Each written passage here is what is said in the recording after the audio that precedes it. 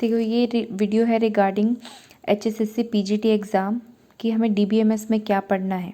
ठीक है, जो ये पेपर है इस पे कोई ऐसा तो कोई स्टैंडर्ड लेवल नहीं है, तो इसमें तुम्हें DBMS से बेसिक पूछेंगे और ऐसे न्यूमेरिकल पूछ सकते हैं कि जो सिर्फ वन लाइनर हो, लाइक एक ही लाइन बस में थोड़ी सी within a second calculation के सॉल्व हो जाए। ठीक है, तो इसके लिए हमें सबसे पहले basic of DBMS। Basic of DBMS में तुम्हें टपल, डिग्री, कार्डिनैलिटी और जैसे टाइप्स ऑफ डाटा मॉडल्स हैं हमारे, network, hierarchical, relational model, domain क्या होते हैं, कुछ कंस्ट्रेंट्स हैं, वो सब चीज़ें तुम्हें पता होनी चाहिए। व्यूज़ ऑफ अ डाटाबेस का, जैसे हमारे पास 3 व्यू होते हैं, इंटरनल व्यू, लॉजिकल या कंसेप्चुअल व्यू, एंड थर्ड होता है हमारा एक्सटर्नल व्यू, जिसको हम मतलब जो यूज़र के क्लोजेस्ट होता है। ठीक है, एंड उसके बाद होता है हमारा एक वो क्वेश्चन भी आ सकता है एब्स्ट्रैक्शन पे कि डाटा इंडिपेंडेंसी होती है 2 लेवल्स पे, एक तो हमारे इंटरनल लेवल पे होती है एंड दूसरा हमारा होता है कंसेप्चुअल लेवल पे। ठीक है, तो जो ये सी चीज़ें हैं ये बिल्कुल बेसिक हैं और इन बेसिक के लिए सबसे बेस्ट है कि आप +1 +2 की बुक उठाओ,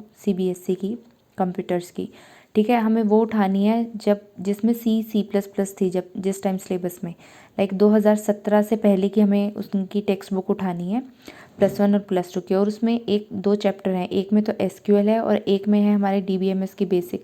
बस वो 2 चैप्टर तुम्हें अच्छे से पढ़ के जाने हैं। SQL उससे बाहर नहीं आएगी एंड DBMS भी उससे बाहर नहीं आएगी, मतलब बेसिक क्वेश्चंस के लिए। ठीक है, नेक्स्ट हमारे पास आती है नॉर्मलाइजेशन।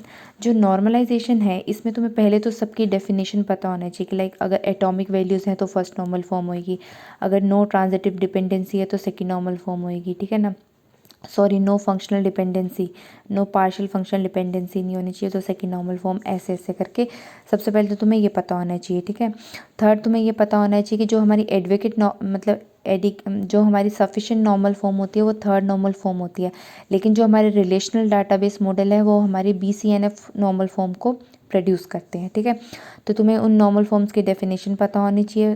थर्ड, सेकंड, तुम्हें कैंडिडेट की कैसे कैलकुलेट करना है ये पता होना चाहिए क्योंकि बिल्कुल बेसिक क्वेश्चन है। ठीक है, सुपर की, अल्टरनेट की, फॉरेन की, ये सब कुछ पता होना चाहिए। और फॉरेन की के अंदर एक रेफरेंशियल इंटीग्रिटी रूल होता है। ठीक है ना, तो तुम्हें वो पता होना चाहिए क्योंकि उसके बेस पे एक न्यूमेरिकल दे सकते हैं कि अगर हमने इस टपल को डिलीट कर दिया तो कॉरस्पॉन्डिंग टू मेंटेन फॉरेन की डिफरेंशियल इंटीग्रिटी तो हमें कौन कौन सी टपल डिलीट करनी पड़ेंगी, तो विद इन अ सेकेंड देख के वो क्वेश्चन हो जाता है। तो नॉर्मलाइजेशन के केस में आपको ये सब चीज़ें पता होना चाहिए।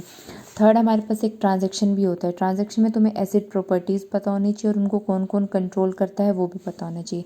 एंड एक कंकरेंसी कंट्रोल होता है, मतलब ये सीरियलाइजेबिलिटी का कंसेप्ट है, तो view serialisable and conflict serialisable कि क्या होता है। और कंकरेंसी, जब हम कंकरेंसी कंट्रोल होता है उसकी 3 प्रॉब्लम्स होती हैं, 3 प्रॉब्लम होती हैं, वो तुम्हें पता होनी चाहिए। ठीक है, मतलब बेसिक थ्योरी क्वेश्चन पूछ सकते हैं।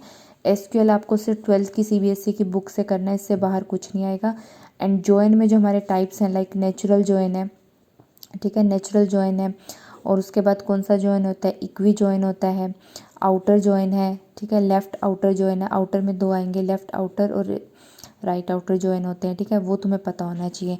एंड उसके बाद तुम्हें एक चीज़ और पता होनी चाहिए कि एक क्वेश्चन होता है कि लाइक तुम मतलब नेचुरल जॉइन लगा रहे हो, 2 रिलेशन दे देंगे तुम्हें R1 एंड R2 और बोल देंगे कि इसके अंदर 100 टपल्स हैं और इसके अंदर मान लो सपोज करो 8 टपल्स, तो तुम्हारी minimum and maximum number of tuples कितनी होंगी।